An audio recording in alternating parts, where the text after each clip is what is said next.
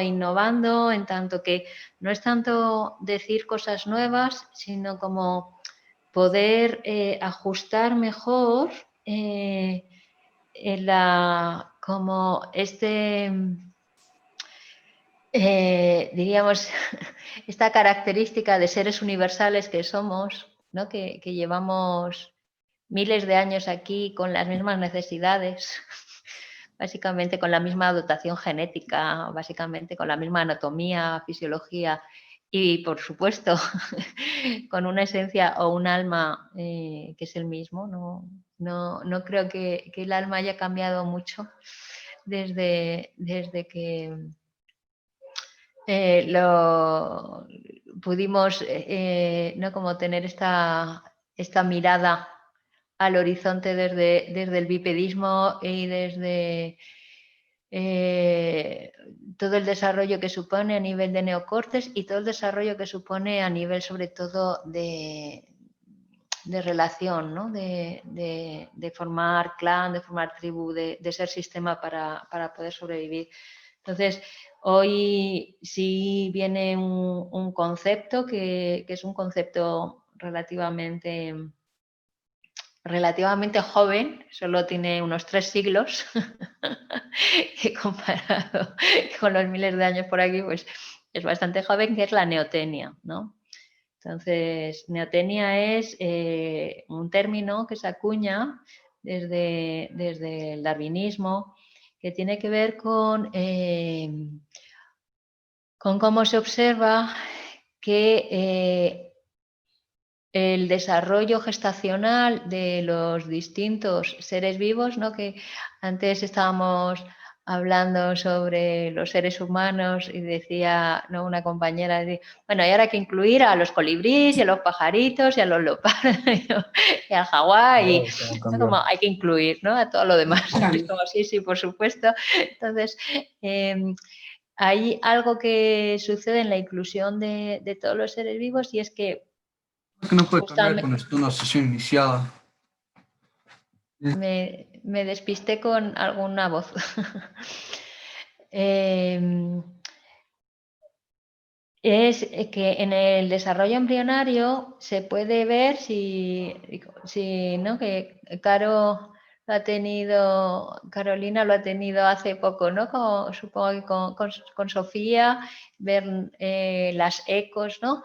Y como al principio de las ecos de un bebé, pues primero es como una especie de porotito o ¿no? como de alubia, así como luego puede ser como un pececito, y luego tiene una forma así como más reptiliana, más de camaleoncito, ¿no? Como con su colita, ¿no? Luego ya le va saliendo unas patitas y podría ser como un ratoncillo, ¿sí? Y luego ya se parece más como a un cachorrito humano, ¿sí? Entonces, es como si en el desarrollo ontogenético se pudiera observar el desarrollo filogenético, y eso también va a suceder en el desarrollo de nuestro cerebro, ¿no? Por eso se habla de cerebro reptiliano, que el otro día tuve que corregir a una cliente porque creía que el cerebro reptiliano es tener sangre fría y ser poco empática. Y es como, no, nada que ver.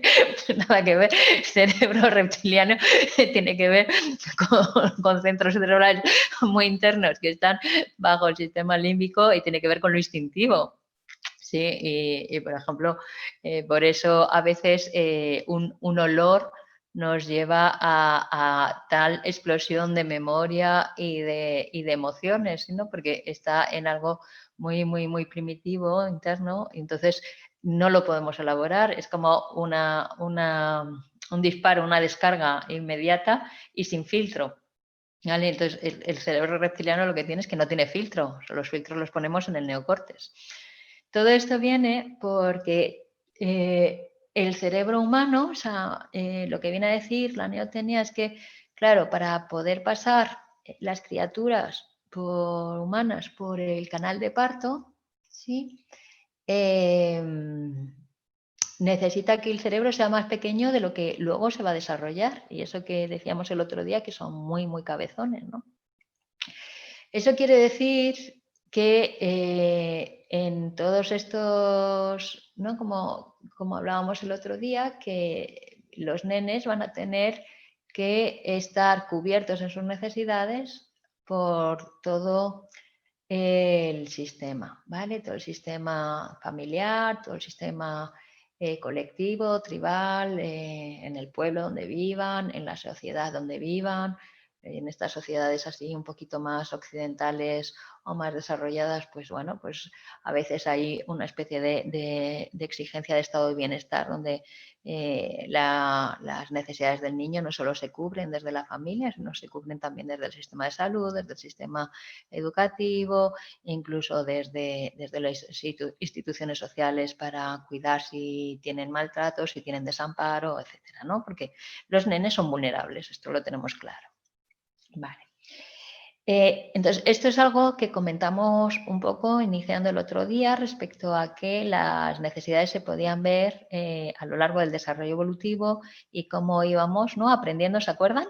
¿Sí? Que fue como la introducción del último día, cómo vamos aprendiendo pues, recursos o estrategias para satisfacerlas y recursos y estrategias para demorar la satisfacción. Entonces, ahora vamos a ver el otro lado. ¿Qué es lo que sucede cuando vamos aprendiendo esos recursos y estrategias dentro de un sistema o dentro de una familia que hace las cosas como las hace? Entonces, todo esto viene porque, claro, vamos a hablar en topografía emocional de dos conceptos que luego los vamos a explicar un poquito mejor, que tienen que ver con el lugar de seguridad y el lugar de fuerza. Estos son los dos conceptos fundamentales, ¿vale? Un lugar de seguridad y un lugar de fuerza. Hablamos de lugar porque ya les explicábamos el primer día que me pidió Juan Ignacio que les explicara, o el segundo, sobre la diferencia de los hemisferios, y decíamos que una de las grandes ventajas de los muñecos o de herramientas de externalización es que activa bilateralmente, ¿no? Y que la activación del hemisferio derecho significa activar el procesamiento de la información no tanto secuencial, sino global, holística y por lo tanto espacial, ¿vale? Entonces lo vamos a activar al hemisferio derecho cuando trabajamos con lugares en el espacio. Por eso topografía viene a ser a trabajar con cómo podemos manifestar o representar en el espacio situaciones emocionales o vivencias emocionales muy reptilianas, muy profundas, que vienen a ser este lugar que decíamos, el lugar de seguridad y el lugar de fuerza. ¿Por qué son muy reptilianas y muy profundas? Porque están respondiendo a las dos funciones que hablábamos también al inicio, que es que tenemos dos funciones por excelencia orgánicas, que luego esas dos funciones orgánicas las vamos a encontrar en los demás ejes, que tiene que ver con la homeostasis o mantenimiento de la identidad del organismo, del estado, tal cual estamos, tal cual nos reconocemos o tal cual hemos sobrevivido hasta ahora y que nos demuestren que no lo hemos hecho bien, porque aquí estamos.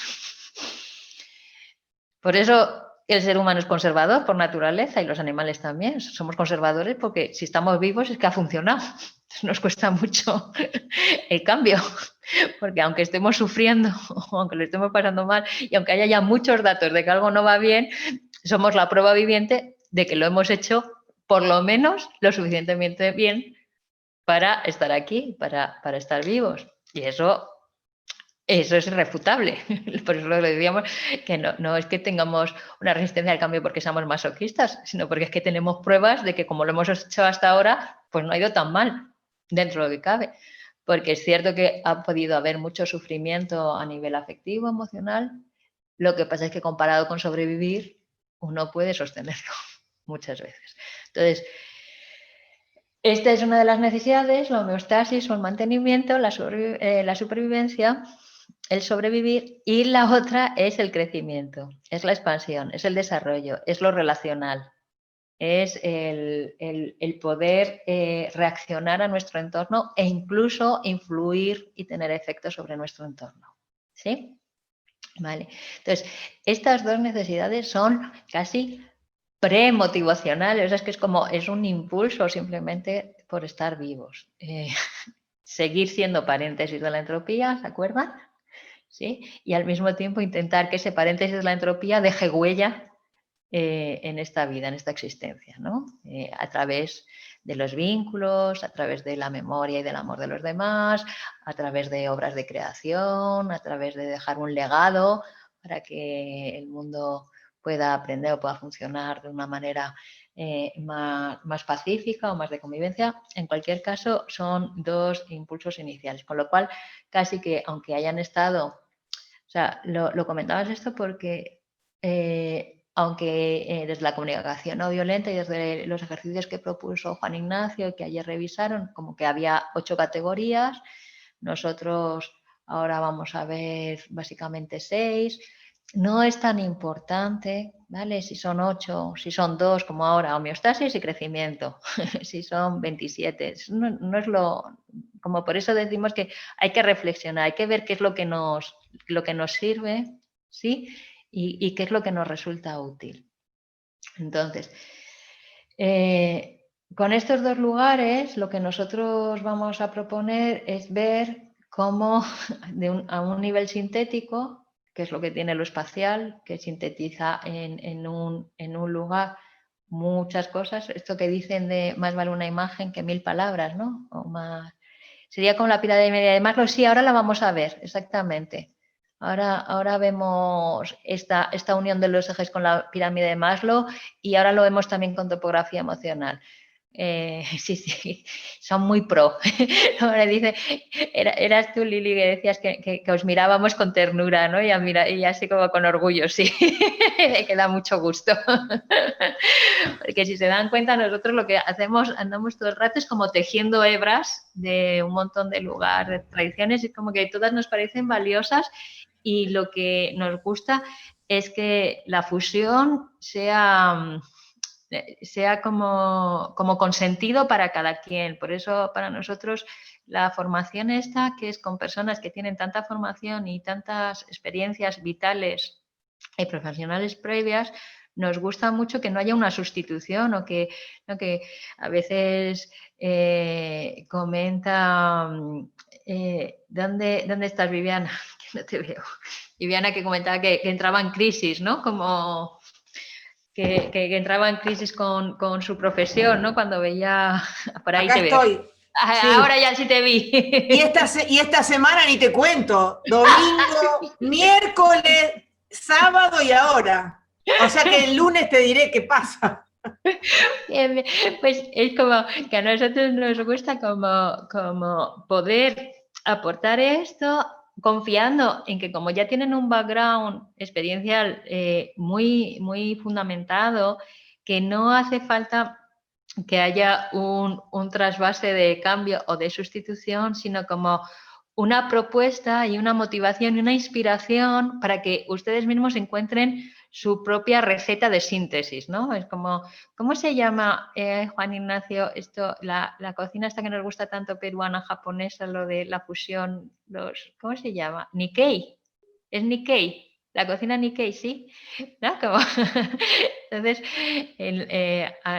yo disfruté mucho cuando Juan Ignacio, él es un experto en Perú, y entonces yo siempre he ido como muy privilegiada de su mano, y entonces uno de los grandes descubrimientos que hice fue lo de la comida Nikkei, y también es cierto que cada chef lo hace de su manera, y hay chefs que a mí me sientan mejor y otros peor. El último, creo que estuve como varios días sin poder comer nada, todo el mundo zampando comida guay y estupenda peruana, y yo estuve a suero como 4 o 5 días, creo. Y fue una comida Nikkei que no me sentó especialmente bien. Pero la cuestión es cómo encontramos nuestra propia receta de fusión que nos siente bien, ¿vale, Viviana? Y que está fenomenal que pidas ayuda y que tengas conversatorios, pero es como si al mismo tiempo, si necesitamos más tiempo para digerir, pues intentamos decir, bueno, esto que vamos a dar hoy, con calma, ¿vale? Porque si no, también me saturo. Y esto es una de las cosas que veremos. Bueno. Entonces, volvemos. Vamos a ver todo esto, que ahora parece un poco como de lío, pero que van a ver que en realidad es como una secuencia bastante lógica y que toma todo lo hablado anteriormente para llegar justamente a cómo lo hacemos desde el enfoque sistémico esto, ¿vale? Entonces, antes de seguir, quería preguntarle a Juan Ignacio si quieres comentar algo y si no ya empezamos y también comentas algo y empezamos con las imágenes que nos va a ayudar como a que todas estas palabras se puedan quedar como más fijas y que luego lo tendrán colgado, ¿vale? Bueno, voy a aprovechar para comentar 3 cosas. Una, que tengo mucha suerte de compartir estos espacios con María porque han visto que sabe mucho y lo explica todo muy bonito. Además tiene todos los lenguajes dentro de sí, lo más técnico y lo más humano y lo más salvaje y lo más primal. Así que muchas gracias. Luego quería comentar y ya introducirlo en este grupo porque por alguna razón no lo estamos haciendo.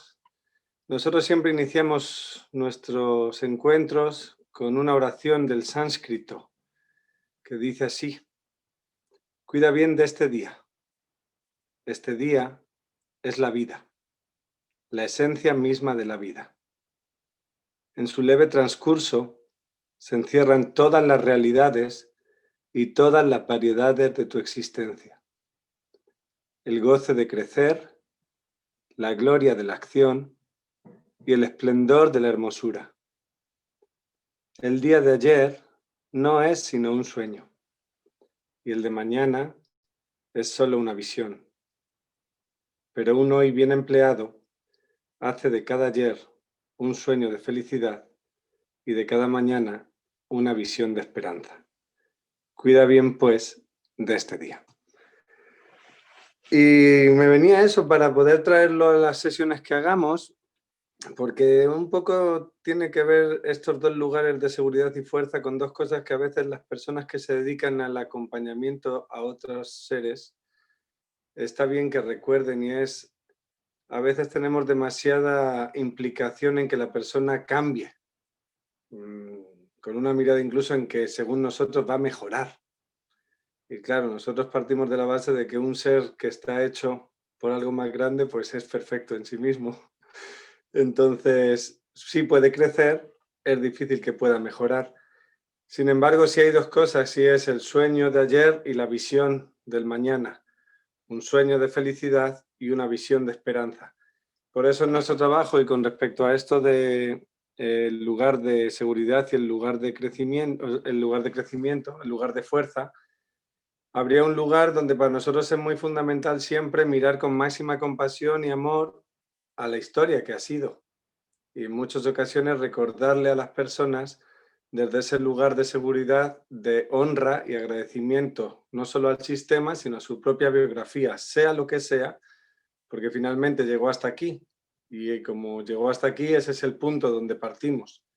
Entonces, si el ayer es un sueño de felicidad, dentro del dolor, dentro de las dificultades, dentro de los sinsabores, dentro de todo, siempre hay matices donde uno puede encontrar cómo se une que el dolor en realidad le da la vuelta y está el amor.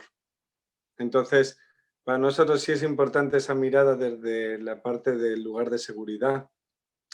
Entonces nos aliamos con las familias tal cual son, porque nos parecen estupendas, porque las personas que llegan con nosotros nos parecen estupendos.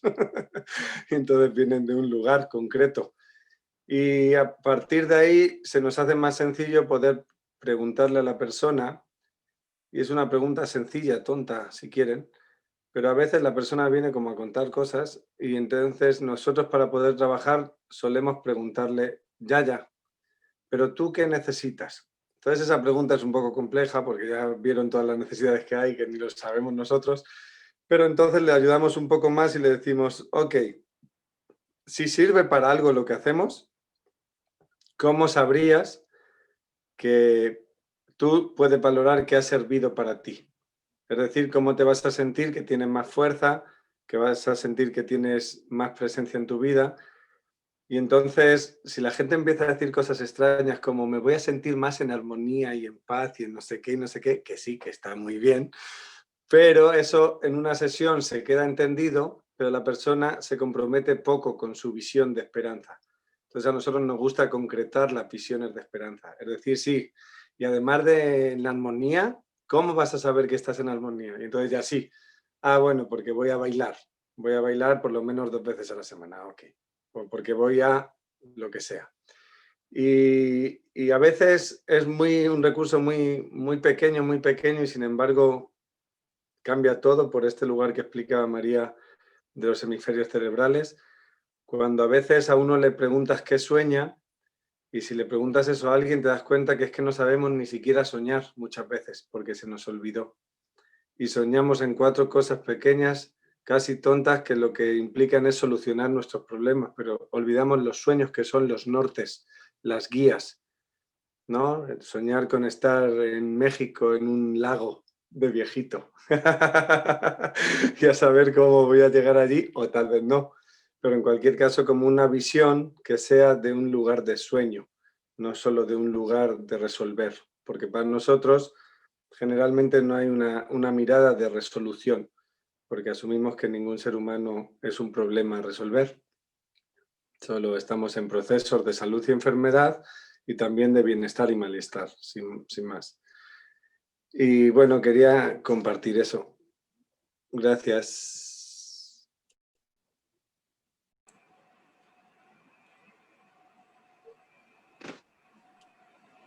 Gracias, Juan. Tenemos que acordarnos de eso.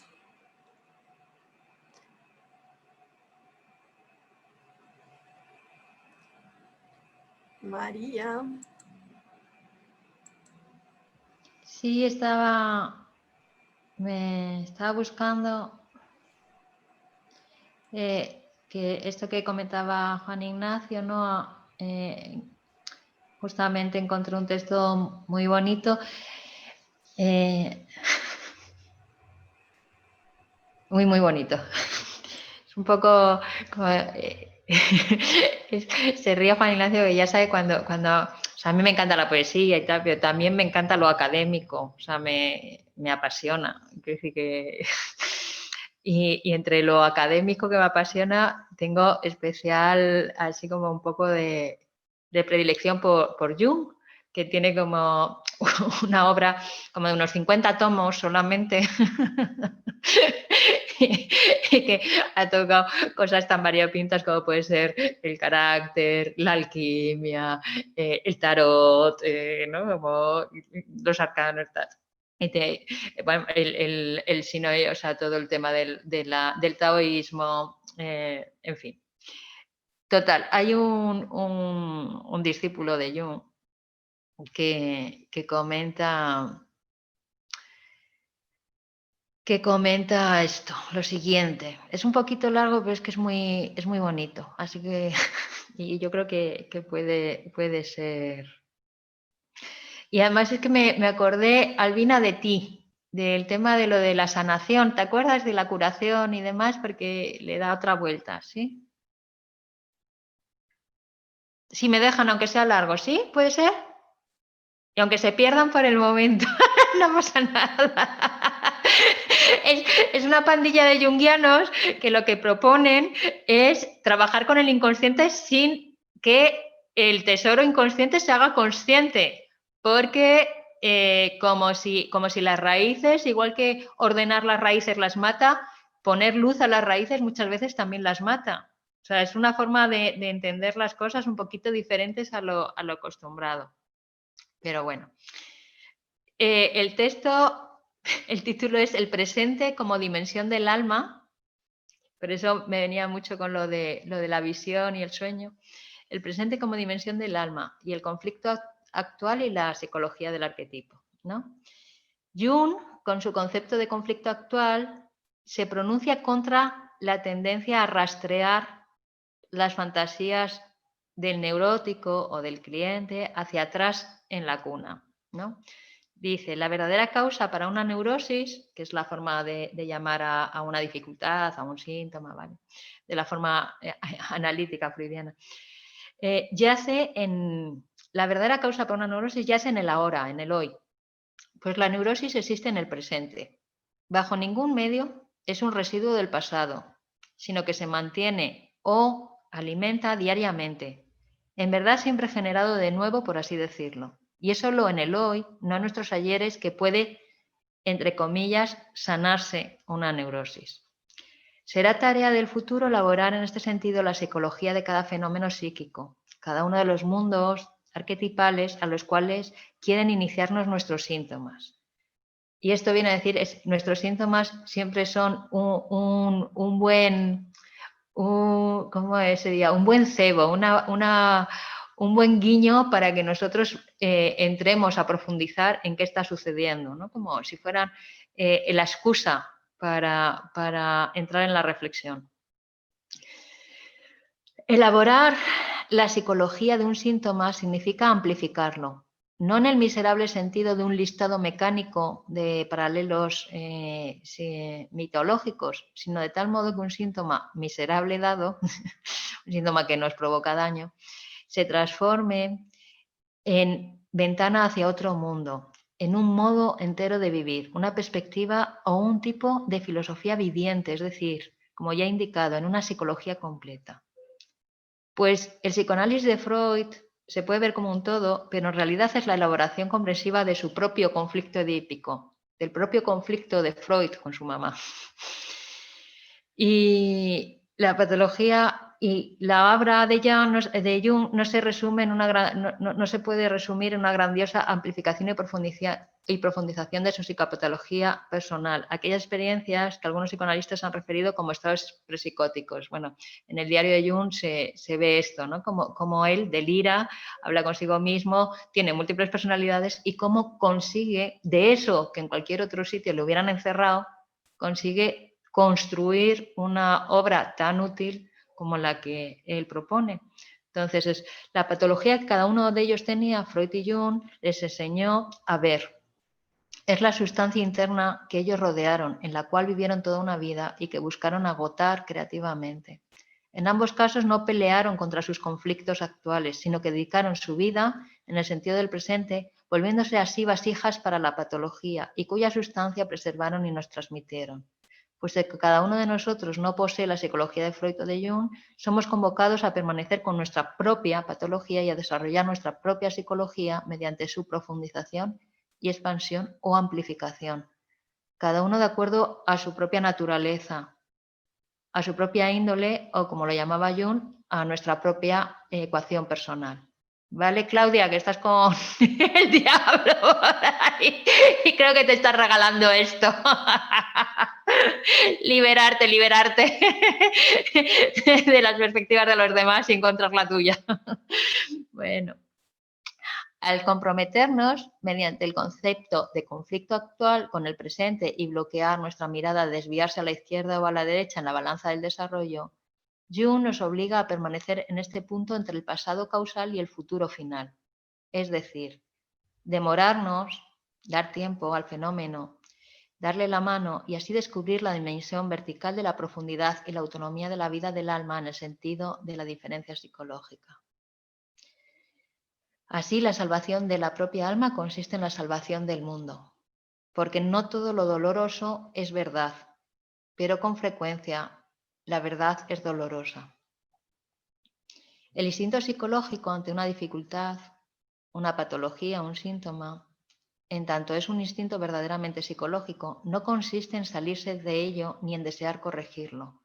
El anhelo del alma es que la conciencia entre cada vez más profundamente en el problema, hasta el corazón mismo del asunto, pero no por masoquismo enfermizo, sino para preservar la visión alquímica de que, para comenzar, la confusión en que nos hallamos es la materia prima, lo que los alquímicos llamarían la materia negra, ¿no? De lo que estamos compuestos, y todo nuestro proceso alquímico es convertirlo en materia áurea, que es decir, en nuestra mejor versión de nosotros mismos.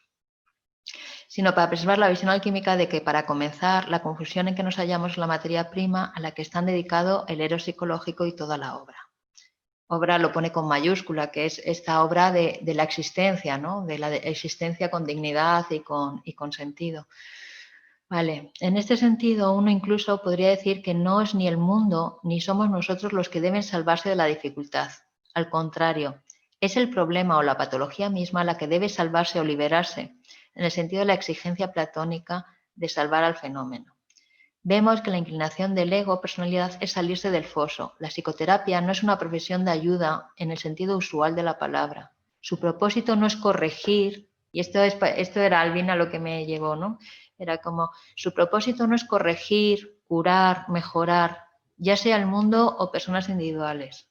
Tales intenciones en realidad son deseos subjetivos que surgen de nosotros, desde el ego personal. Con frecuencia la psicoterapia tiene, de hecho, un efecto curativo, pero como el mismo Freud advirtió, el efecto curativo es un mero producto colateral, aunque sea deseable, no su objetivo inmediato. El objetivo inmediato de la psicoterapia es la verdad, esto es, obtener conocimiento, hacer justicia a nuestros fenómenos, a nuestras vivencias, penetrando en su núcleo más profundo y comprendiéndoles.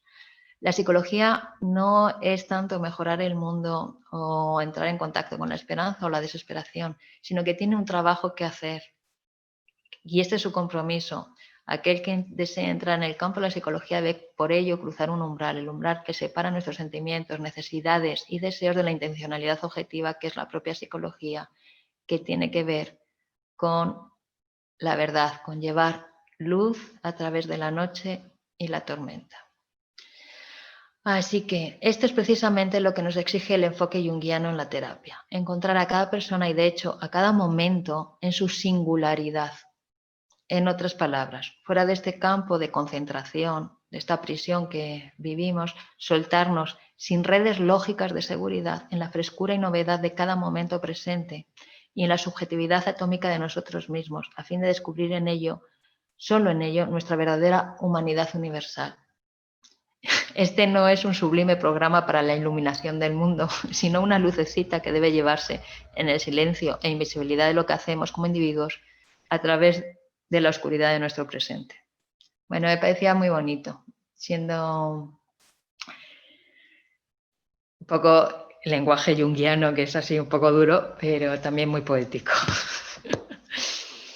Y eso es lo que vamos a intentar, ¿vale? Te mandamos una copia del texto. Sí, estábamos justamente antes comentando, antes de que se sumara más gente, estábamos comentando a Mónica que les debemos, que creemos que lo han mandado, nos decía Mónica que lo han mandado por el chat que tienen ustedes, pero que nosotros aparte teníamos el compromiso de mandar los poemas y mandaremos los textos y si no es así nos lo recuerdan sin ningún tipo de pudor, ¿vale? Porque a veces vamos un poco entre los trabajos de un lado y del otro, vamos ahí un poco apuradillos, pero con ganas, con ganas. Ya ven que nos acordamos a lo largo de la semana. Vamos hilando. Bueno, vamos allá, Mónica. Yo creo que sí, que así también que a veces esto de la imagen nos ayuda. Ok, comparto la presentación. Sí, yo te voy diciendo adelante y atrás o así, porque para que nos ayude. Venga. Ok, dígame si ya está. Mónica Castrilla, aquí andamos, muy bien. ¿Sí? Sí. Ok. Mira, pásame, porfa, la tercera diapo. Okay. Esa. Esta, fenomenal. Ya. Vale, entonces, esto era lo que hablaba antes una compañera de la pirámide de Maslow, ¿se acuerdan? Sí, es como la forma de la pirámide y está justamente hablando de estas necesidades, ¿no? Que en la base están como las más básicas, que pueden ser orgánicas y fisiológicas. Y esas, como les hablábamos antes de la neotenia, ¿por qué hablábamos de esto? Porque les decíamos que ahora íbamos a ver cómo el peque que nace en la tribu o que nace en la familia, como es dependiente, es vulnerable y necesita de los demás, para sobrevivir necesita aprender cómo funciona el sistema y necesita aprender cómo van a responder, ¿sí? Cuando tenga alguna carencia o alguna necesidad que satisfacer. Entonces, lo que sucede es que las necesidades orgánicas y fisiológicas y luego las de seguridad e integridad física, de protección, de salud, de mantenimiento de nuestro funcionamiento en el entorno, diríamos. Por ejemplo, una necesidad es de tener una temperatura adecuada. O sea, si pasamos de la temperatura, a veces no funcionamos bien. Bueno, pues tenemos que poner aire acondicionado, nos tenemos que quitar la ropa o incluso darnos un chapuzón de agua fría, porque es que si no, es que ni siquiera el cerebro funciona. O sea, a veces, ¿no? A veces en las sesiones de supervisión, cuando aquí hacía 40 grados en Madrid, decían, no, es que no puedo. Y digo, pero date, o sea, ponte amable contigo, es imposible que con 40 grados razones y proceses la información igual que con 20. Es absolutamente imposible. Lo mismo con el frío. Si tenemos frío, se nos olvida todo lo demás. Se nos olvida el hambre, se nos olvida, o sea, es una necesidad imperiosa para sobrevivir, calentarnos, ¿no? Entonces, esto que nos parece como tan básico, muchas veces lo damos por supuesto, pero el peque, esto no tiene capacidad. ¿Se acuerdan que decíamos? Como es vulnerable durante los primeros años de su vida, pero muy, muy, muy vulnerable, y tiene que ir desarrollando estrategias para autosatisfacer en relación con los demás, por supuesto.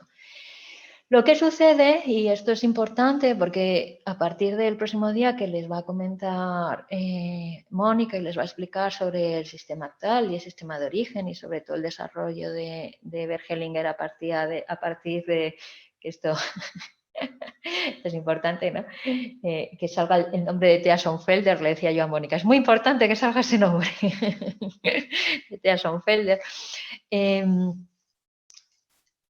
Una cosa que sucede es que vamos convirtiendo nuestras necesidades fisiológicas y nuestras necesidades de protección y de integridad física, poco a poco se van cubriendo a través de relaciones que son de apego, con lo cual enseguida las necesidades afectivas y emocionales van a estar teñidas de una sensación de supervivencia o de una sensación de amenaza a la supervivencia. Esto lo comentamos un poco porque muchas veces nos llegan clientes adultos que discuten con su papá o discuten con su mamá o tienen mala relación o la esposa o el esposo o la pareja les ha dejado y lo viven como si se fueran a morir. Y no sé qué decir, y se vive así, ¿no? Como este lugar de, es que no voy a poder sostener, me voy a morir. Y esto tiene mucho que ver con el condicionamiento y con el desarrollo, y es un desarrollo adaptativo de que el apego y las figuras de referencia afectiva son las que en nuestra primera infancia han garantizado nuestra supervivencia. ¿Entienden esto? Que esto es muy importante, este concepto. Lo digo porque justamente estos tres niveles, ¿sí?, necesidades orgánicas, de seguridad y afectivas y emocionales, entonces, todos van a pensar, pero afectivas y emocionales, qué curioso, porque no son exactamente orgánicas, biológicas. Sin embargo, en nuestro cerebro humano sí son orgánicas. Ya saben el experimento de Bowlby y el experimento de otros investigadores sobre el apego, ¿no?, de los monitos, que entre la mona que habían hecho, que habían construido con metal y que tenía los biberones con la leche, y la monita de felpa, pues los peques monitos iban corriendo a beber la leche, pero iban a la de felpa a acurrucarse o a dormir o a estar. Es decir, que una vez que está satisfecho puramente lo fisiológico, dejarlo, sí, muy bien, Laura, la experta. Entonces, una vez que está satisfecho la necesidad de ingerir, en realidad, la que tiene predominancia es la afectiva, ¿vale? ¿Por qué? Porque cuando estamos cerca de nuestro referente afectivo, tenemos la sensación de que nuestra vida está preservada. Y por eso la distancia, ¿no? Esto también Laura lo conoce bien, ¿no?, lo de la distancia de seguridad, como los peques a partir de, ¿no?, como a medida que van creciendo y desarrollando, van aumentando la capacidad de distancia de seguridad y van aumentando su capacidad de confiar en que aunque estén más alejados de la figura de apego, ni va a desaparecer, ni le va a abandonar y va a poder explorar. Apego seguro, inseguro, exactamente. Bien, entonces, esto justamente tiene que ver, lo hablábamos el primer día, con la construcción que hacemos de nuestra identidad, de si somos valiosos o no, y con la construcción que hacemos del mundo, de si es confiable o no. Lo que venimos a decir es que cuando hablemos en topografía emocional de lugar de seguridad, el lugar de seguridad tiene que ver con la sensación de que lo afectivo emocional está garantizado en tanto que lo afectivo emocional es lo que nos garantiza también nuestra supervivencia, ¿vale? Eso no quiere decir nada malo, no quiere decir que no nos hemos emancipado, quiere decir que evidentemente en nuestro desarrollo evolutivo, ¿sí?, los circuitos neuronales van a tener en cuenta esto. Y lo que necesitemos transformar o cambiar, si no tienen en cuenta estos primeros circuitos neuronales, nos va a ir mal, porque es ir a la contra. Entonces tendremos que construir a partir de aquí, ¿vale? Entonces, si se dan cuenta, los dos primeros, de seguridad e integridad física y necesidades orgánicas, tienen más que ver con el eje orgánico, y las afectivas emocionales más con el eje psicológico, de alguna manera. Luego vamos a pasar al lugar de fuerza, que tienen que ver con las necesidades que llaman de orden superior. Para mí es un nombre un poco extraño porque no es que sean más o mejor o que estén por delante, sino que quiere decir que si las de atrás, si las de abajo no se han podido satisfacer, es muy difícil que tengamos energía para dedicarles a las siguientes. Entonces, si un niño no se siente seguro, no se pone a jugar y no se pone a explorar. Eso es así. Y si no estamos haciendo cosas creativas o sintiendo que estamos viviendo cosas que son valiosas para nosotros, es muy difícil que empecemos a buscar una conexión transpersonal o una conexión con lo más grande, ¿vale? Entonces, van un poco como en ese orden. De autorrealización o autovaloración, como entenderán, y trascendentes, como el sentido de la existencia, tiene que ver con el eje existencial, por supuesto. ¿Sí? Y la última, la conexión, la relación con lo más grande y con el misterio, tiene mucho que ver con el eje o la dimensión espiritual.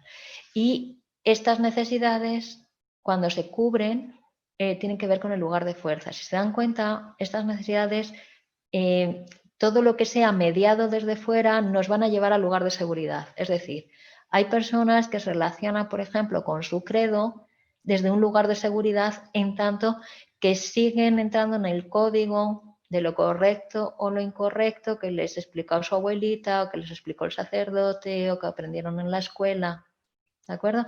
Entonces, no es una relación con lo más grande, aunque ellos hablen de Dios o hablen de su fe.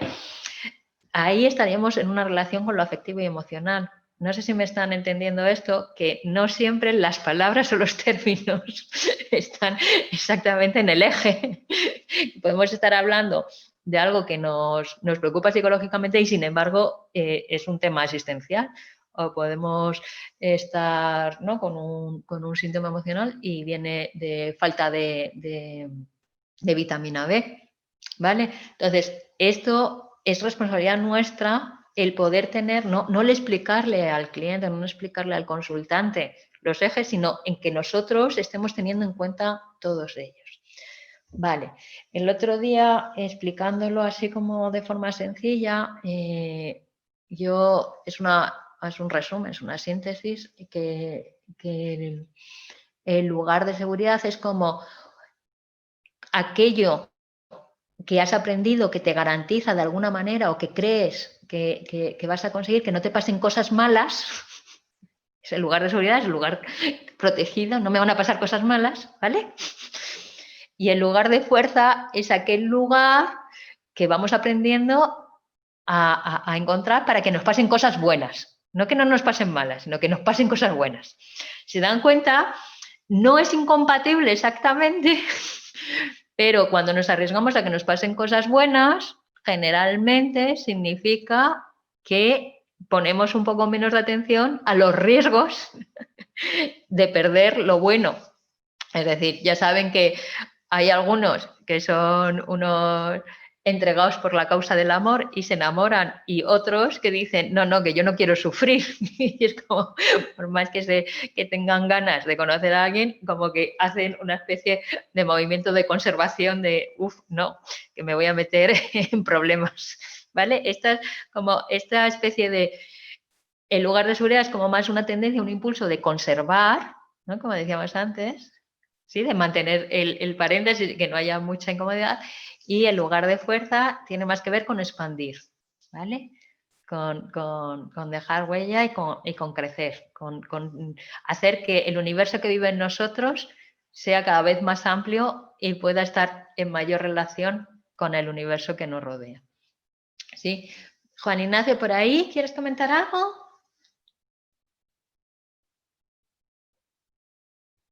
No sé si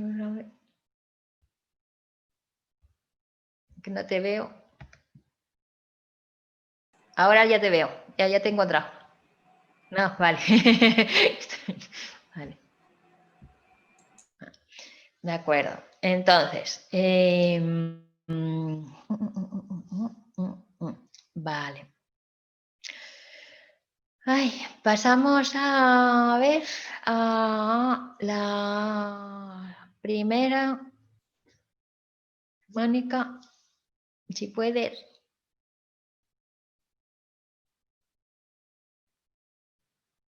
Sí, a la primera diapo que tiene que ver con el trabajo. Una consulta, María. ¿Sí? Sí. Aquí, Dale. sí. Siempre he tenido esta duda, supuestamente con la pirámide de Maslow y con todo, siempre hay que como satisfacer las necesidades orgánicas, ¿no? Cuando tenemos las necesidades orgánicas satisfechas, como que podemos avanzar al resto, pero y en el caso de la gente que, bueno, que ha nacido en un ambiente donde no ha podido satisfacer sus necesidades orgánicas, ¿no? Como el comer, por ejemplo, limitados o en un ambiente de pobreza, ¿cómo llegan a veces a tener la parte espiritual, ¿no? La autorrealización, llegan a ser profesionales. Entonces, ¿cómo se podría entender eso? Qué bueno, Iván. Es que, claro, el criterio de personas que han pasado bastante carencia de estar satisfechos es distinto que nuestro criterio. Es decir, por ejemplo, cuando ves, ¿no? Que Juan Ignacio a veces habla de este lugar donde a veces ellos sí tienen la libertad de poder contactar con la necesidad de celebración y con la necesidad de alegrarse, de bailar, de danzar, de estar y que te sorprendes, ¿no? Porque tienen como situaciones mucho menos cómodas a un nivel Y material. son más felices a veces, como más Eso. ¿no? Exactamente, okay. Eso es. Lo que pasa es que el criterio de satisfacción de la necesidad orgánica en esos casos es diferente al nuestro. Es decir, nosotros con su cantidad de ingesta o de agua no nos movemos, diríamos que estamos fatal. Y para ellos es suficiente te entiendo. para el sostén físico, ¿sí?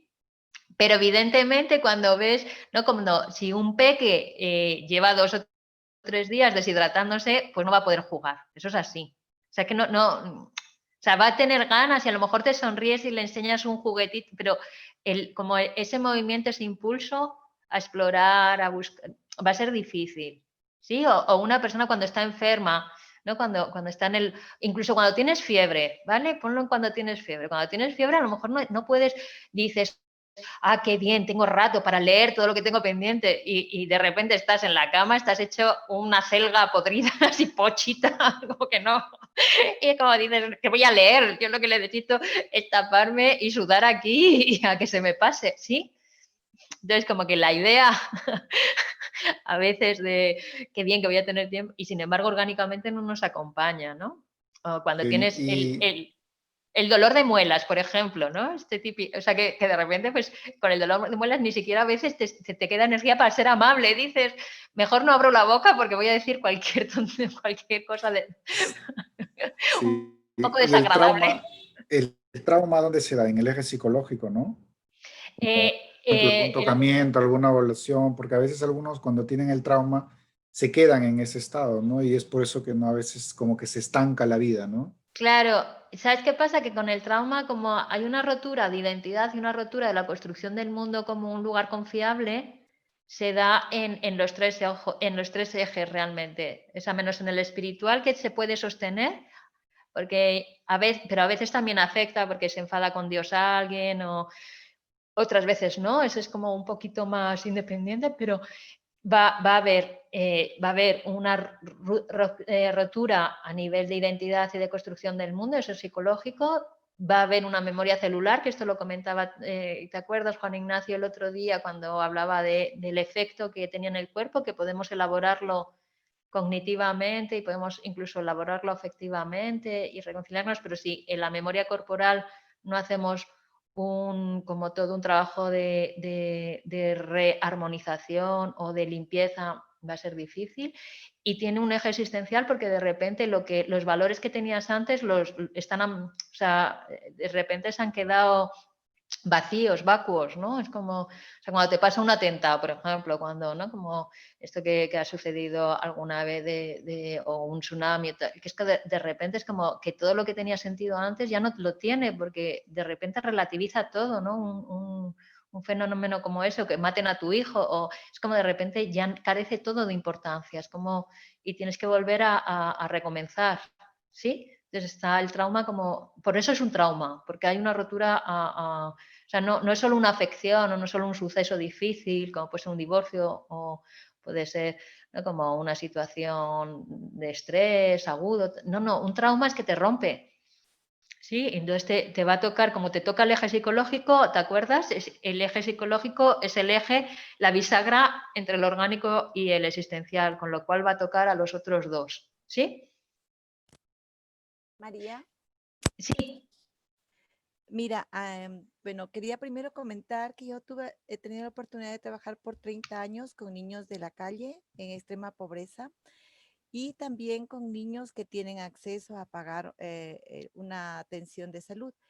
Y yo me daba cuenta que los niños de la calle prácticamente no se enfermaban de todas las enfermedades que veía en los niños que tienen acceso, que tenían asma en una cantidad impresionante, obesidad, una cantidad de cosas. Y los niños de la calle, con los que estuve como 30 años también, lo máximo que podían tener era una diarrea o unos granos, pero su vida seguía. Alguna vez comenté esto, entonces alguien me dijo, entonces tener plata es un castigo, porque, claro, veías la enfermedad acá, pero en realidad los niños de la calle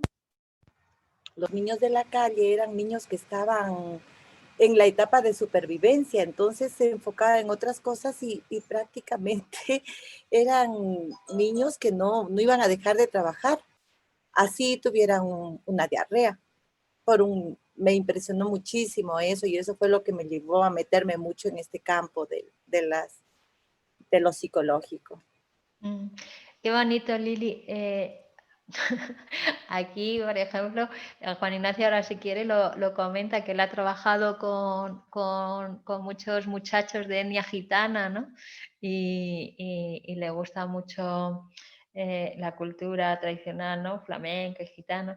Y aquí sí lo vemos que enferman menos, pero es que también el sistema inmunológico que tienen está muy preservado. Claro. Y luego también la alimentación, incluso en sistemas que diríamos menos opulentos, se tiene mejor alimentación. Por ejemplo, el acceso al azúcar. El azúcar es un alimento, en realidad, que es de un sistema más acomodado. ¿No? Sí. Con lo cual a mí tampoco me extraña mucho, no solo por el foco de que la necesidad de trabajar va a hacer que tenga... Esto nos pasa a las madres, ¿no? Las madres somos las últimas que caemos, si caemos, cuando hay una enfermedad contagiosa en casa, ¿no? Es como todos los inviernos, a lo mejor van pasando todos los nenes por la gripe y a mí no me toca hasta el final. sí me toca, pero es que es así porque el sistema inmunológico también tiene mucho que ver con el sistema límbico y con lo emocional, y si estás en tarea de cuidado, es como que estás preservado. Y es solo ya cuando ya parece que todo ha salido adelante, cuando de repente tu sistema inmunológico decae, ¿no? Y esto también pasa con el duelo, si lo han visto en situaciones de emergencia, ¿sí? Es como nuestro sistema no se permite ponerse enfermo. No se permite. En la emergencia. Luego ya caerá todo, las consecuencias y todo lo demás, pero a priori cuando estamos con el simpático a todo trapo, uno no tiene ni contacto con que le duela nada, ni la fiebre, nada. Sí, porque para eso necesitamos tener el simpático un poquito más desactivado y que el parasimpático empiece a funcionar y decir, uy, hay que reparar esto, uy, hay que estarse quieto, uy, vamos a tener, sí, ¿no? Algo así. Entonces, claro, en una activación así es más difícil. Ignacia, ¿quieres comentar algo sobre tus parlillos?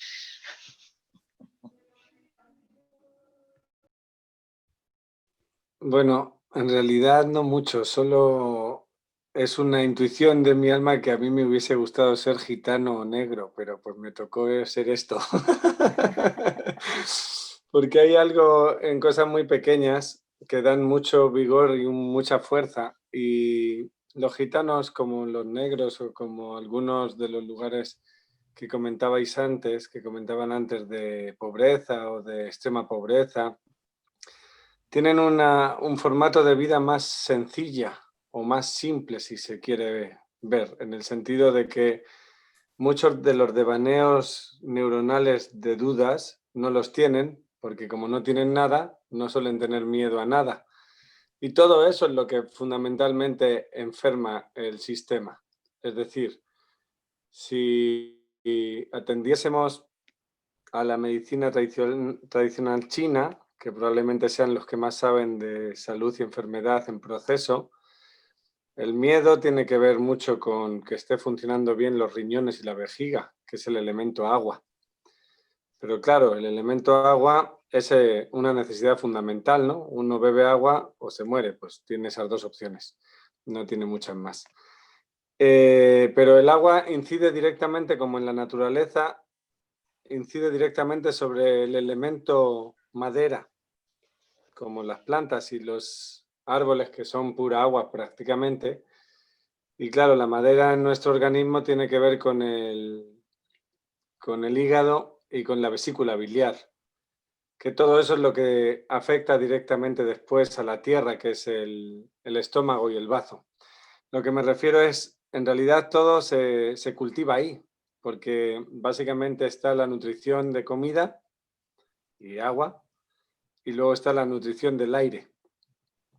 Entonces, cuando niños de la calle desde pequeños están en contacto con todas las cosas que son complejas a nivel de bacterias o virus o lo que sea, si en su lugar de supervivencia, aunque no satisfagan sus necesidades de supervivencia a nuestro modo de ver, porque para nosotros siempre serán insuficientes porque tenemos opulencia, pero si ellos la satisfacen, desde el pequeño están entonces entrando en contacto con ser muy fuertes a nivel inmunológico, muy, muy fuertes, porque están en contacto desde pequeños con todo. Entonces, si sobreviven muy fuertes.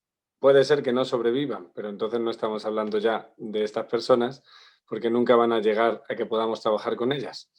Bueno, en formato de su alma y muertos sí, pero me refiero vivos.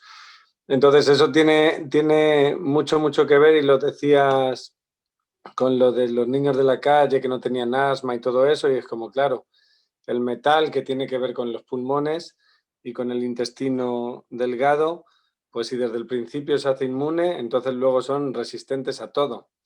Por eso supongo que ese es ¿cómo se llama? ¿Cómo se llama eso que se dice de siempre en los pueblos? El refrán de mala hierba nunca muere, ¿no? Como una sensación de que en realidad no mueren nunca. ¿Por qué? Porque al final, para que les pase algo, su sistema inmunológico está tan fuerte que además tienen que estar en contacto con otra cosa. Y es, lo preguntaban antes, el nivel de seguridad y el nivel de fuerza, al final, a nivel vital, se vive mucho desde lo orgánico. Uno tiene mucha más capacidad de comprender su nivel de fuerza o su nivel de seguridad si lo siente en el cuerpo, ¿no? Uno se siente fuerte pesando y teniendo la misma estructura que ayer. Uno un día se puede sentir hecho polvo o uno un día se puede sentir muy fuerte. No varía en la estructura física orgánica. Sí varía todo el plano de la energía, del trabajo de cómo esté la energía. Y en la energía hay muchas cosas que mejoran la energía.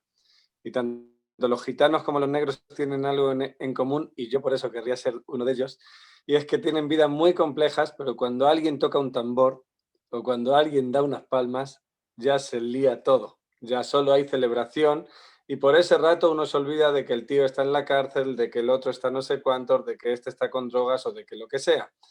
Pero es que al final el formato de celebración, con cantar, con bailar, con a veces escuchar a los mayores, que también lo hacen bastante, y escuchar las historias de los suyos y saberse las vidas de los suyos, pues todo eso refuerza muy fuerte el sistema energético. Y a veces en las sociedades o en los núcleos de sociedad que lo tienen todo, casi le preguntas cosas sobre los suyos y no saben nada, porque solo están rodeados de tanta cosa. Por ejemplo, ahora pues supongo que en Latinoamérica pasará como acá, que es con los niños y los teléfonos móviles o las tablets o los iPads o los computadores, ¿no? Como una sensación de que ya solo se relacionan con eso. Entonces los niños no están especialmente fuertes a nivel energético. Es decir, digamos que están pasando demasiado tiempo en una frecuencia de onda que no ayuda mucho a luego una fuerza física. Y fuerza física no me refiero a estar fuerte como socialmente se vive, de estar con toda la musculatura marcada. Me refiero a fuerte de una sensación de uno está aquí. Cuando decía alguien antes lo de estar presente, pues esa sensación. Entonces sí, digamos que sí, esto es solo una opinión, no contrastada con ningún gran maestro, pero casi nunca contrasto con ningún gran maestro, mi opinión. Pero si aprendiésemos de mamá África, en vez de estar destruyéndola, entonces seríamos todos mucho más felices. Porque con poco bailaríamos. Y además, ¿cómo bailan? Así que bueno, eso es lo que puedo decir, María. ¿Bien? Gracias.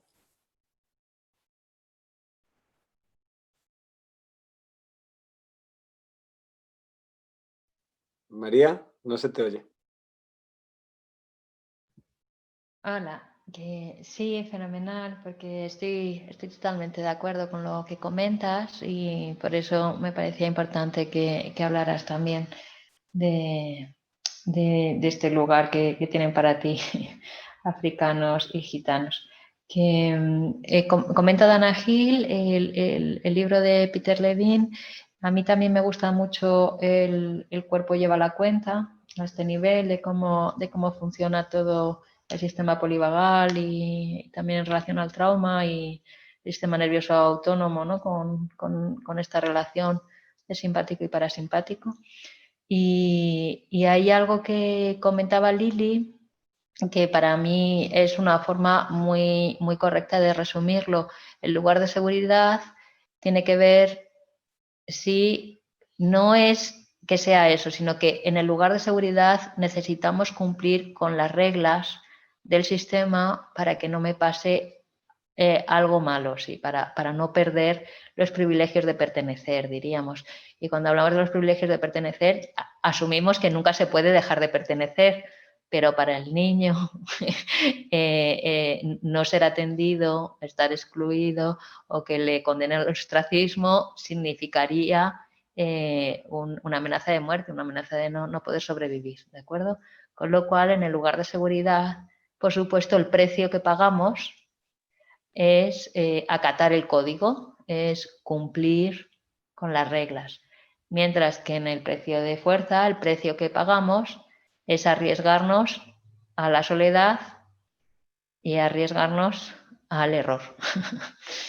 Sí, es como, y es importante tenerlo porque ahora lo vamos a traer aquí con esta Este verano estuvimos desarrollando un encuentro que esperamos, deseamos y esa es nuestra, como ahora mismo, una mirada también para algún encuentro para la transformación, ¿no? de ir ampliando el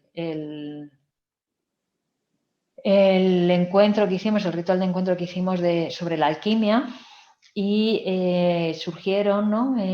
Como en la alquimia de los 4 elementos, la alquimia de los 4 elementos vendría a ser esta, como Jung habla de esto, de los procesos psicológicos desde la alquimia, donde hay un proceso que tiene que ver con el elemento tierra, que son los procesos sensoriales, que tiene que ver con lo que es el contacto con el entorno, con todo el sentido, con los 5 sentidos, con lo placentero, con piel, con poder llevar a tierra, ¿no? Sí, está diríamos, lo racional, lo mental, el desarrollo de las ideas, que tendría que ver con el aire. Estaría la inspiración, que tiene que ver con el fuego, tanto la inspiración como a nivel de poder canalizar las ideas de algo más grande y poder transformarlas y convertirlas a través del proceso de hacerlo material, a través de la tierra, una obra creativa, etcétera, sino también como la inspiración como algo que nos lleva, que nos conduce, que nos da rumbo, que nos da sentido, ¿no? Y finalmente, pues tendríamos el agua, que tiene que ver con todo lo emocional, ¿no? Como con este lugar, y que a veces estas ideas de me ahogo en mis propias emociones o el pozo de tristeza, ¿no? Como que hay algo de lo acuático y de lo emocional, ¿sí? Vale, entonces de este conocimiento que viene desde el siglo posiblemente VII, VIII, aunque no esté muy claro, que viene desde los árabes y luego que se unió con los gnósticos, que son digamos, una tradición desde un poquito después de los primeros cristianos, en relación con la mirada al alma, al espíritu y a Dios, y cómo el ser humano necesitaba, diríamos, relacionarse tanto con el espíritu como con su alma. Pues se desarrolló la alquimia, que durante mucho tiempo fueron los químicos, fue el conocimiento químico de los elementos y de los procesos químicos, justamente los procesos de transformación de materiales, y ya en el siglo XVI, cuando ya empezó el Renacimiento y todo esto de la edad de la época que se empezaba a desarrollar como un conocimiento que se pretendía más objetivo, pues la alquimia se diferenció entre la química como ciencia, ¿sí? Y la alquímica como tradición gnóstica, que luego se desarrollaría con el oscurantismo, con los masones, etc.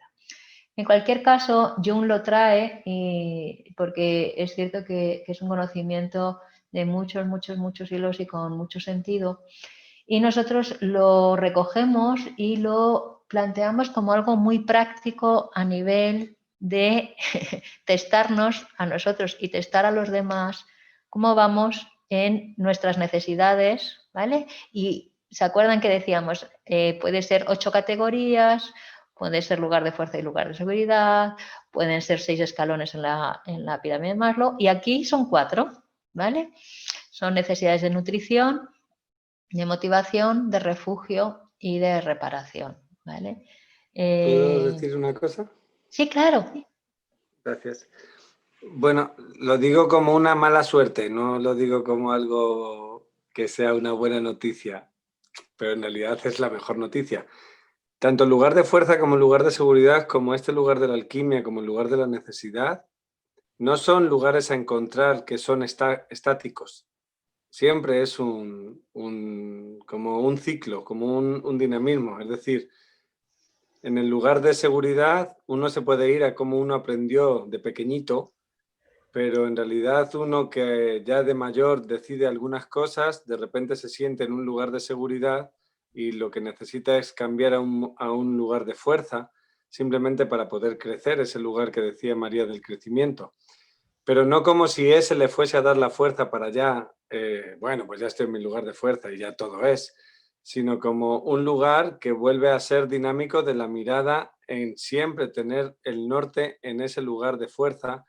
Pero, por ejemplo, hay muchas veces que si alguien está mucho en un lugar de fuerza, al final casi se queda como, no sé cómo llamarlo, María, como si de repente de tanta fuerza fuese casi de ponerse en riesgo a sí mismo por no tener algunos lugares de seguridad. Temerario. Sí, exacto, es decir, lo digo porque no hay algo que está bien y está mal, lo digo porque si no en algunas cabezas empieza a sonar como si hay lugares, y no, siempre es una base, como una pizza, y entonces ahí habrá que ir echando los elementos. Pero, por ejemplo, hay gente que lo que necesita es recordar el lugar de seguridad para tener el de fuerza, que en realidad ya está, pero como no recuerda dentro en su corazón el de seguridad, de repente le da la sensación que lo que está viviendo no es lo que tiene que estar viviendo. Entonces, lo quería decir porque ahora con la alquimia y con lo que está contando María iba a contar, pues es aún más. Es decir, la inspiración es el fuego, pero a la vez la inspiración es este gesto. Pero claro, es que el fuego se aviva con el viento, con el aire. Es decir, está todo en un lugar de un continuo, donde no hay algo establecido como, vale, esto y esto, 2 más 2, 4, y entonces va, perfecto. Sino ese es el lugar sutil que tratamos de traer cada encuentro, y como trabajamos nosotros, que es así, es como si fuese expandiendo el infinito a través de cada excusa, y dentro de ese infinito volver a un lugar máxima de atención de uno mismo. La mejor atención de uno mismo que puede tener suele ser en su cuerpo, básicamente porque es lo que nos permite estar vivos. Y ya en muchos casos también en la atención en la respiración. En todas las tradiciones sagradas, la respiración es en la barriga, porque ya saben que se corta el cordón umbilical, pasamos de agua a aire y entonces pum, un golpecito y ¡guau, guau, guau! Y entonces empezamos a respirar. Entonces, sin agua duraríamos pues poco, ¿no? 2 o 3 días igual, o 4. Pues sin aire duraríamos, el que mucho sepa de apnea, pues 3 minutos o 4 como mucho. Lo que me refiero con eso es como si fuese un lugar no tanto restrictivo para buscar fórmulas concretas, sino la posibilidad de implementar un lugar donde se incluyan más lugares y más aspectos. Y aquí sí viene un lugar de fe, que tiene que ver con que aunque no se retenga todo en la cabeza, porque hablamos y hablamos muy dispersamente en muchas ocasiones, pero como confiar en que cuando es el momento, como decía Belén, por ejemplo, empezó a trabajar con lo que habíamos visto y se sorprendió.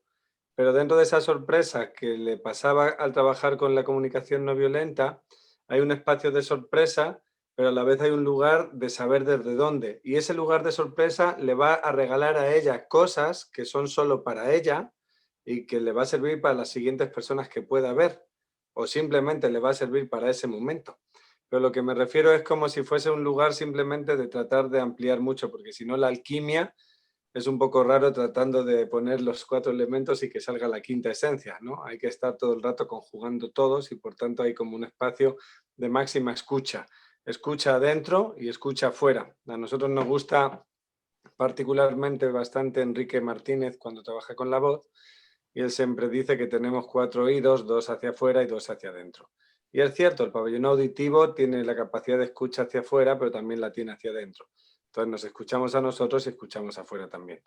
Y insisto, tanto en lo que va a explicar ahora María como en los conceptos que ha explicado ya, y supongo que luego en los ejemplos podrá ser más claro, pero hay un espacio de mucho compromiso de una atención al cuerpo y a la sensación. ¿Por qué? Porque uno va a saber si está cerca del lugar de seguridad, tal vez se siente seguro, pero tal vez siente que no tiene fuerza. Y sin embargo puede estar en el lugar de fuerza y de repente sentirse que está con fuerza y tal vez tiene miedo.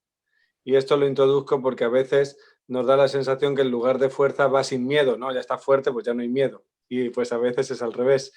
El miedo es un buen indicador de que estás cerca de un lugar de fuerza a veces, porque precisamente te estás jugando algo. En el de seguridad pues no tienen miedo porque todo está más o menos estable, aunque sea un desastre. Y como somos el único animal que prefiere seguir dándole vueltas a por qué las cosas no son como uno quiere, en vez de simplemente a intentar hacer las cosas que uno quiere, pues entonces pues nos pasa así. ¿Vale, María? Sí. Perdone.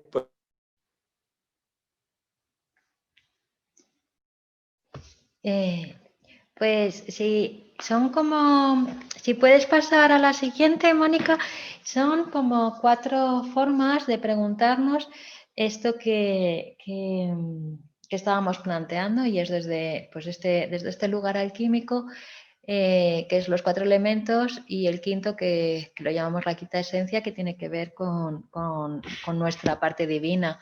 Como decíamos antes, ¿no? Cuando les leía el texto sobre este autor, sobre Jung y sobre el síntoma y sobre la verdadera, diríamos, misión de la psicología, hablábamos de la materia negra y la materia áurea. Entonces, la materia áurea normalmente es lo que se considera en alquimia la materia divina, ¿sí?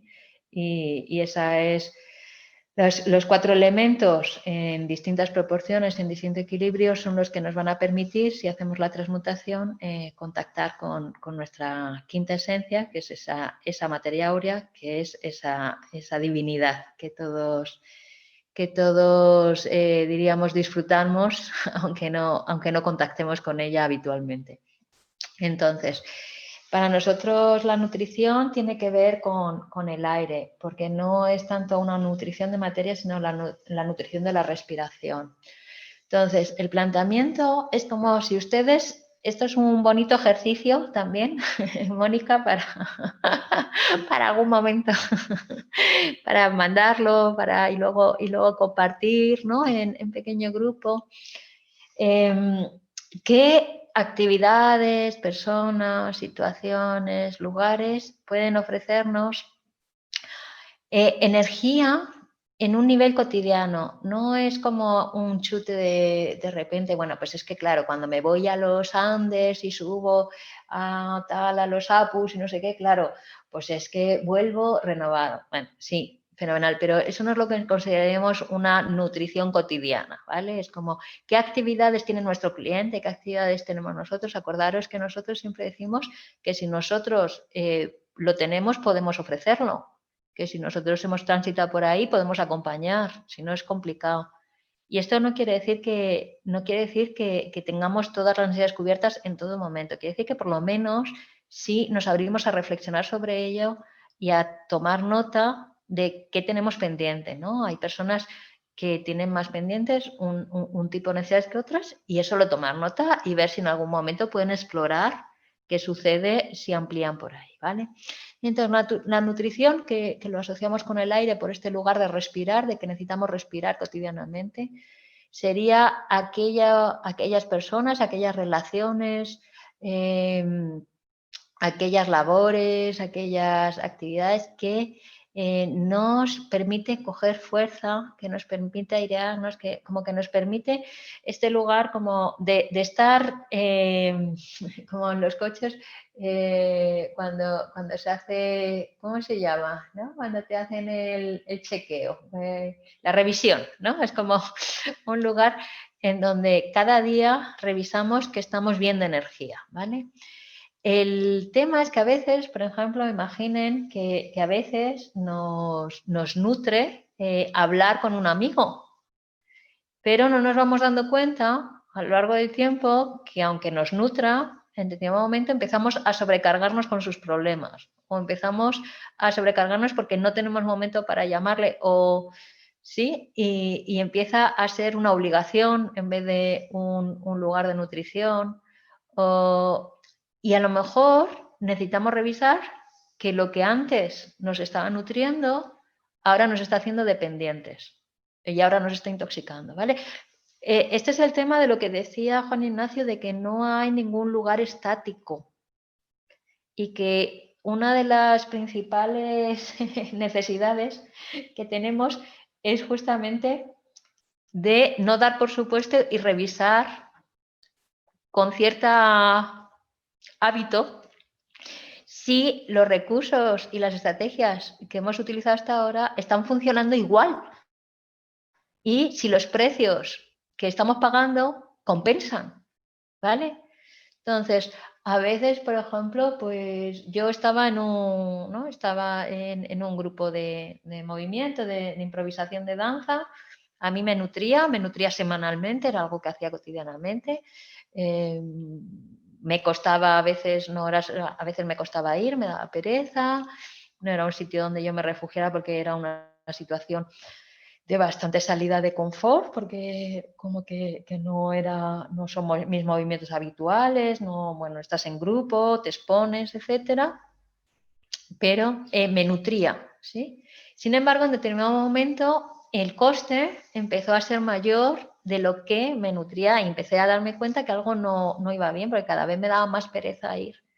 Entonces me di cuenta que me sobrecargaba mucho con el grupo, o sea, como que las personas, bueno, pues algunos que trabajamos con personas, pues nos pasa esto, que a veces, incluso aunque no estemos en sesión o en terapia, pues notamos los movimientos emocionales de los demás y como que ya no era un sitio seguro para mí, era un sitio que tenía que estar a la defensiva, con lo cual ponía más energía en cuidarme y en no sobrecargarme. O a lo mejor a veces pues también me daba cuenta que tenía que, bueno, me salía el impulso de cuidar a otros, de ofrecer, y entonces decidí cambiar. Entonces, bueno, pues ahora voy a empezar con otro grupo, porque para mí bailar o el movimiento me nutre mucho, pero hacerlo sola no es algo que me resulte fácil, con lo cual pues voy buscando el grupo. Si en algún momento en este grupo me pasa lo mismo, pues tendré que buscar otra opción, ¿no? Es como, por eso es como, en determinado momento, durante un año, pues fue una buena cosa y me ponía muy contenta y me ayudaba.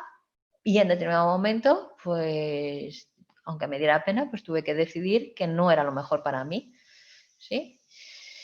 Y entre medias, pues he tenido, me iba, era una cosa bastante loca porque me iba a Barcelona y a bailar, porque era un lugar bastante seguro para mí, porque era, bueno, pues funcionó el primer grupo y me funcionó los profesores y funcionaron. Y entonces tiene un coste energético alto porque tengo que viajar, tal, pero al mismo tiempo me nutría. Lo que pasa es que no lo puedo hacer, por ejemplo, para irme a Barcelona a este grupo, pues claro, no lo puedo hacer con tanta frecuencia como necesito, porque puedo ir a lo mejor una vez cada mes, cada 2 meses, pero no una vez a la semana, evidentemente. Para los que no lo sepan, Barcelona y Madrid está a 3 horas de AVE y el billete del AVE es bastante costoso, casi tanto como el taller, con lo cual es como es este tema de con qué me puedo nutrir y que el coste no sea elevado. A veces hay amigas que me nutren o amigos que me nutren y otras veces que no. Otras veces que necesito, pues, por ejemplo, en Ignacio la conoce, una mujer que durante un tiempo pues tuve bastante contacto con ella y en determinado momento pues he necesitado tomar distancia y no ha pasado nada, Antonia, no ha pasado nada grave, no ha habido discusión tal, pero era como que yo notaba que de pasármelo bien en determinado momento a algo que era como tener que estar trabajando casi, ¿no? Entonces, bueno, pues bien, a lo mejor en otro momento probamos y vuelve a ir fluido, ya veremos. Pero es como una especie de monitorización continua, ¿vale? Entonces, la motivación para nosotros tiene que ver con el fuego, sería lo equivalente a la pasión, ¿vale? Entonces, la pasión nos ofrece inspiración, nos ofrece algo que nos mueve, ¿no? Motivación viene de mover, da sentido y dirección a lo que hacemos y también nos ayuda a relativizar y renunciar. Es decir, cuando estamos muy apasionados por una persona o por una obra o con un proyecto, ¿no? Es como con un proyecto, yo estaba muy apasionada con el proyecto de irnos a Siberia en determinado momento y entonces pude sortear todas las dificultades domésticas e incluso, ¿no? Como y económicas y todo, porque está como el impulso a ir era muy grande, la pasión. Y a veces necesitamos motivación, pasión, puede que no sea a un nivel cotidiano, pero sí de vez en cuando necesitamos sentir, porque si no hay algo que empezamos a sentir que nuestra alma no está con nosotros.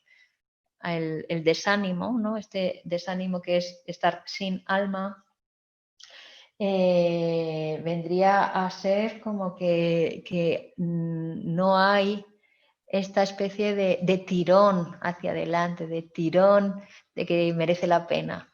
¿Sí? Si se dan cuenta, tiene mucho que ver con algo, con necesidades muy existenciales de dar sentido, ¿no? Al mismo tiempo, el amor es una gran motivación y pasión. El amor. Con lo cual también van a entender bien que a veces las pasiones pueden tener como coste o como dificultad que combustimos, nos quemamos, ¿no? Es como que de repente olvidamos otras obligaciones, olvidamos, ¿no? Como a veces algún adolescente, una madre llega y dice, ay, por Dios, que no se enamore, que la última vez dejó los estudios, dejó de cuidar, dejó de... Solo que lo que mejor es que se duchaba, pero todo lo demás fue peor. Entonces, y nosotros también lo hemos podido vivir, ¿no? Como una persona de repente al principio de la relación o durante determinado momento nos inspira, incluso con amigos, y nos inspira y nos da como fuerza, y en otros momentos de repente es como, no, porque me está descentrando, me está quitando de estar en contacto con otras cosas, me está quitando de estar en contacto con mi autocuidado, ¿no? Entonces, uno de los peligros de la pasión es que a veces, ¿no? Como estos artistas que se olvidan de comer durante días y días. Esta es típica pasión. Yo cuando lo contaba, ¿no? Y cuando lo contamos en el taller de la alquimia y venía uno de los participantes, venía con unos regalos y me iba a regalar un libro, y yo comenté que como tengo tanta pasión por los libros, yo en algunos momentos de mi vida decidí no coger libros porque me ponía a leerlos y hasta que no acabara no terminaba, y daba igual si el niño lloraba, si yo no había comido durante el día, o si no iba a dormir, o si al día siguiente tenía trabajo, porque era como este lugar de pasión. Entonces lo oyó y tenía dudas de regalarme el libro o no, porque no sabía si iba a ser una buena idea o no. Y es porque, claro, nos puede desequilibrar. Justamente el fuego lo que tiene es que por un lado nos da calor y nos da luz, pero por otro lado nos puede arrasar, ¿no? Y hay personas que lo verán con algunos clientes, ¿no? Que tienen mucho miedo a las pasiones y al mismo tiempo es lo que más anhelan, ¿no? Algo que les arrebate, algo que les haga salir de su, diríamos, racionalidad sensata, ¿sí? Y volvemos a repetir que es un tema de equilibrio, o sea, que no se trata, o sea, que todo en alquimia, todo en psicología, todo en la vida tiene que ver, y el equilibrio no es solo templado, no es que haya lo mismo de frío y de calor, no, a veces el equilibrio es que en un momento haya frío y en otro momento haya calor. ¿De acuerdo? Es como, para nosotros, también estábamos comentando al inicio, es un placer en nuestro país. Tenemos, bueno, el hemisferio norte ahí un poquitín alto, no mucho, pero lo suficiente como para tener estaciones. En cambio, en Madrid siempre se dice habitualmente, sí, equilibrio como fluir. Estoy totalmente de acuerdo, gracias.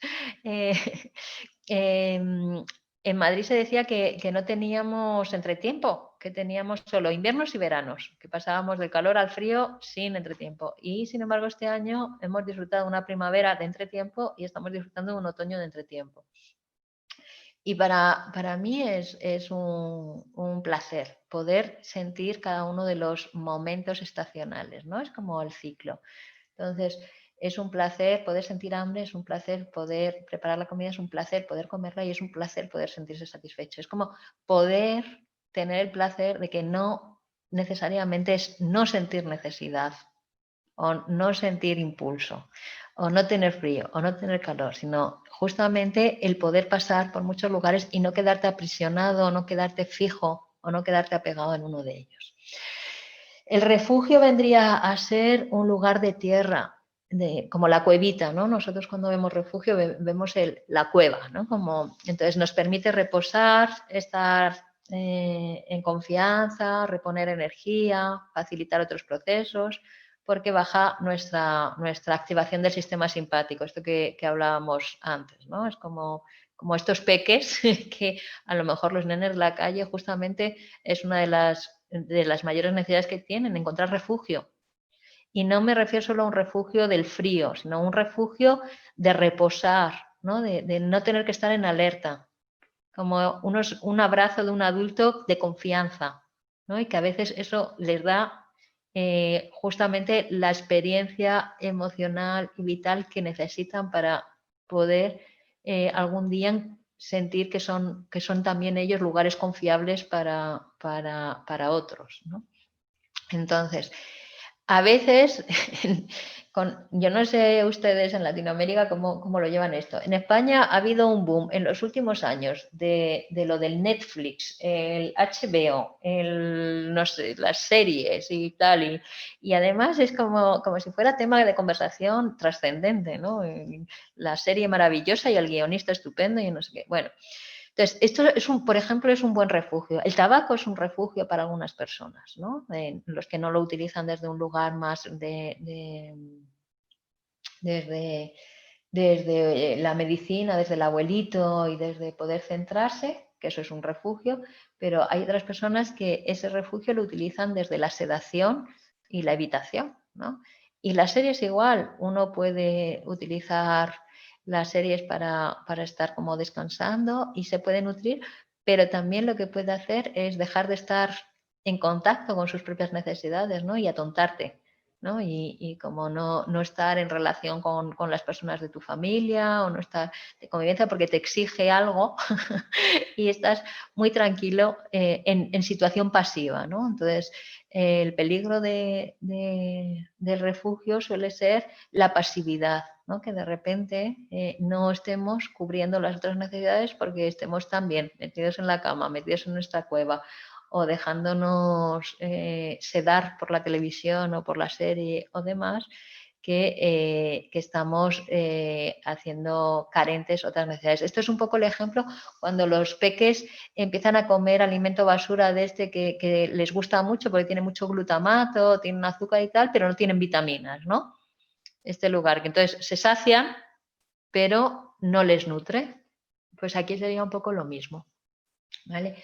Y la reparación la asociamos con el agua en tanto que somos un 70% de agua y en tanto que cuando hablamos de trauma, que antes lo comentaba Iván, es justamente volver al líquido amniótico, volver a este lugar donde la fuerza de la gravedad no hace daño, donde uno tiene que hacer poco esfuerzo, pero al mismo tiempo donde uno puede rehidratarse y puede poner como en armonía, ¿no? El agua es de los lugares que mejor se armonizan y que mejor nos armonizan. Lo notan también, ¿no? Para los que sean apasionados del río, del sonido del río, del mar, de las olas, del horizonte, ¿no? Cómo nos repara.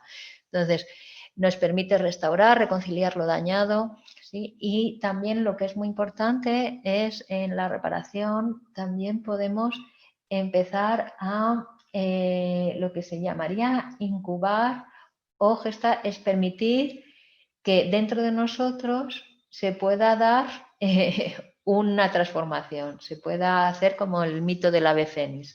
Es decir, que cuando nos reparamos hay algo, diríamos, un duelo de lo que tenemos que despedirnos, una identidad rota, una identidad dañada y necesita nacer una identidad con fuerza, ¿vale? Entonces, cuando ahí hay es una bonita raza, la de fracturas más soldadas, que serían mal soldadas, pero más soldadas también tendría sentido, porque cuando algo está sobresoldado, no permite el movimiento. Entonces, también es una rata con su sentido. Entonces, si se hace una sobrereparación, muchas veces, ¿no? Como cuando tienes un esguince y las fibras musculares empiezan a soldarse por encima de lo que necesitan, luego te cuesta mucho el movimiento del pie y hay que hacer rehabilitación, justamente para volver a flexibilizar el trauma sanado. También en la reparación muchas veces habrán oído, no, es que yo una canción y descanso cuando acabes. Vale, Juan Ignacio, ahí lo ponemos. Que este lugar donde nos autojustificamos claro, es que como mi padre me hizo daño, es como mi madre no me hizo caso, como, ¿vale? A veces en esta reparación no lo utilizamos para salir al mundo y dar lo mejor, sino como para seguir encerrados en lo nuestro. Así que por mí estaría, y creo que tiene una canción Juan Ignacio para nosotros que nos va a nutrir y reparar. Primero, a ver si se va a escuchar. Y si se escucha, pues fenomenal. Es que todo esto, en muchas ocasiones, parte de un lugar muy sutil que tiene que ver con la renuncia. Así que la canción se llama Renuncio. ¿Se oye?